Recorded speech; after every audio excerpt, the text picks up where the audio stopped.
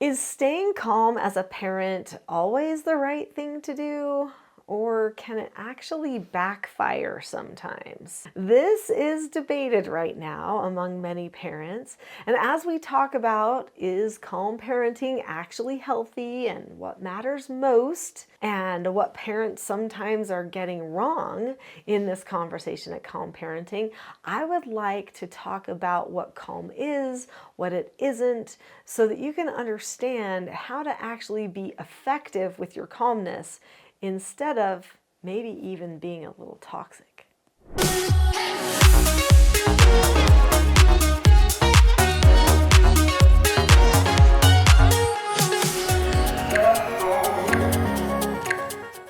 So let's clear up all the parenting confusion. What is calm? What isn't calm? Let's talk about this. First, I think we need to talk about why this even matters. In recent years, there have been so many messages about what the right type of parenting is, and I confess I've been part of those conversations. There are people who are concerned that militant, authoritarian, kind of bully parenting was starting to take over again. And it was starting to swing in as we had people like Amy Chu writing books like The Battle Hymn of the Tiger Mama and talking about the way that she treated her children and how proud of herself she was, how aggressive she was, and people going, whoa, that can't be the solution. But then they swung like all the way the other way and said, we can't have any consequences, everything needs to be gentle.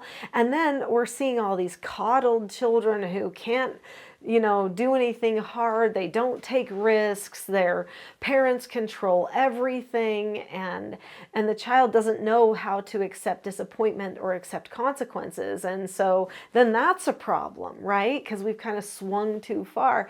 What is actually the solution when it comes to calmness? Is gentle calmness, or is calmness something else? We need to know, because it's part of the parenting conversation. And truly, calmness is actually one of those principles of a happy life. It's something I think everybody is aspiring to. They wonder, is calmness something that happens to me, or is it something that I do? And they try to figure that out.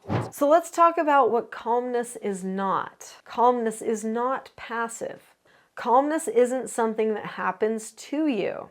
You can sit on a beach and eat chocolates and dip your toes in the water, feel the warm sun hitting down on you. You can feel completely relaxed, but that doesn't mean that you are calm.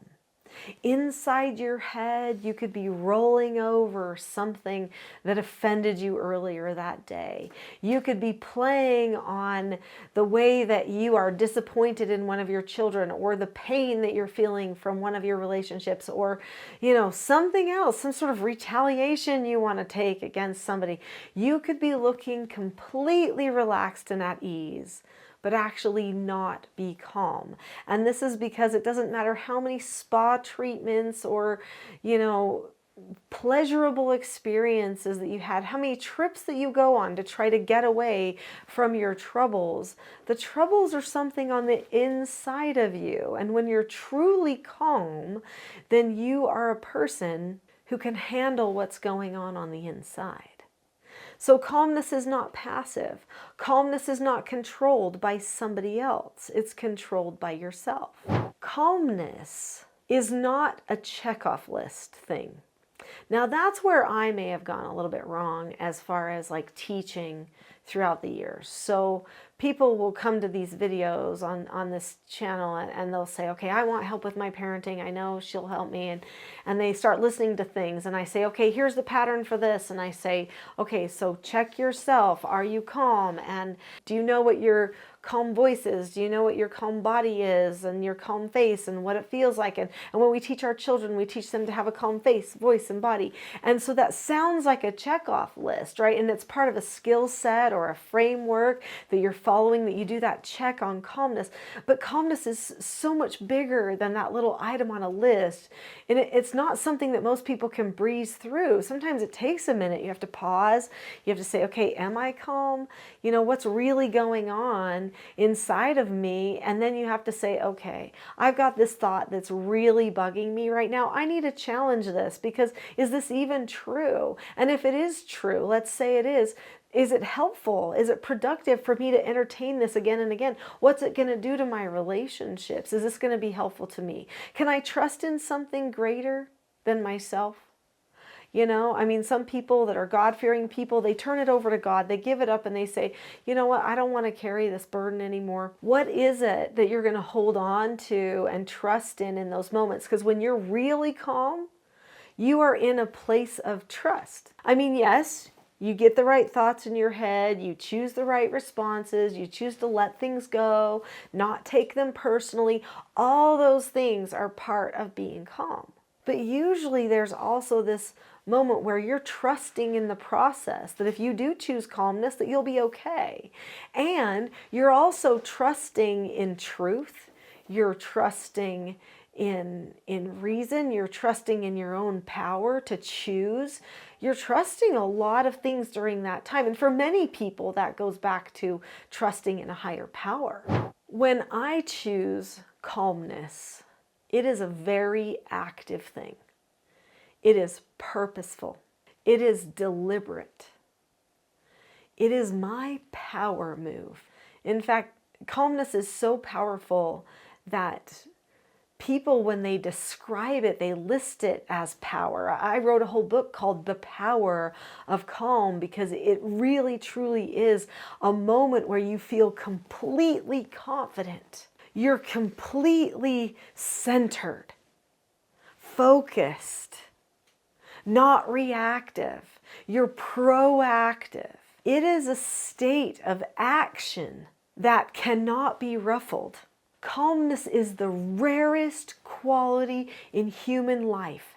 It is the poise of a great nature in harmony with itself and its ideals.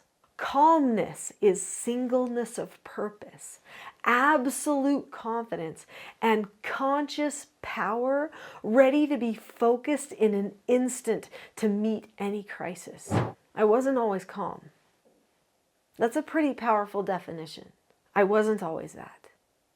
In fact, I'm a pretty emotional person, and I feel things really deeply, and I care about other people really deeply, and I care about justice a lot. I'm super strong-willed. So is my husband, so are my children.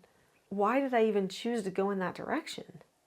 Because it's kind of counter to my tendencies to want to control my surroundings and not control myself.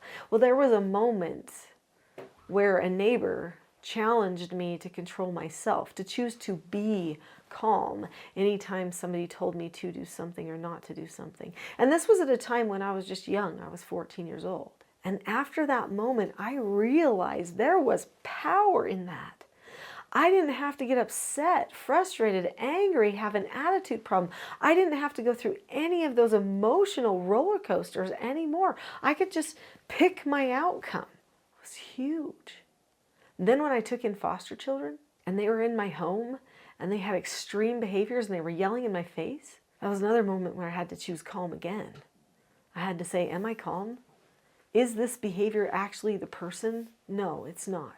This behavior is just a behavior. They just don't know how to be differently. Who am I? Who are they? Can I help them? That's what I had to ask myself.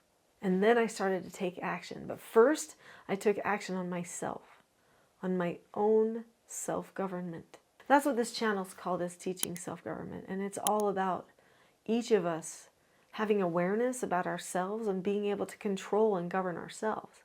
Ultimately, that's what calmness really means. And that type of calmness is power. If we're just trying to control the surroundings around somebody to make them appear calm or less emotional, they're not really being calm, and we're not actually being calm either. We're probably panicking as we're trying to control the surroundings. And that's not a healthy kind of calm. I don't even want to call it calm. The healthy type of calm, the kind that's going to be good for you always and for your family, is the type that's really empowering, that makes you really untouchable because you can see clearly no matter what's happening around you. And it takes practice. It'll probably be a lifetime pursuit. I know it is for me. But the closer you get to it, the more life-changing it is. You feel like somehow you're walking together with truth instead of chasing it from behind. I'd love to help you more with your calmness. I actually have a calm parenting toolkit on my website that you can have for free right now. So if you want to go to teachingselfgovernment.com, right on the homepage, there's a calm parenting toolkit. It's a good little introductory course to starting to learn about calmness and self-government. Go to teachingselfgovernment.com. I'll see you there.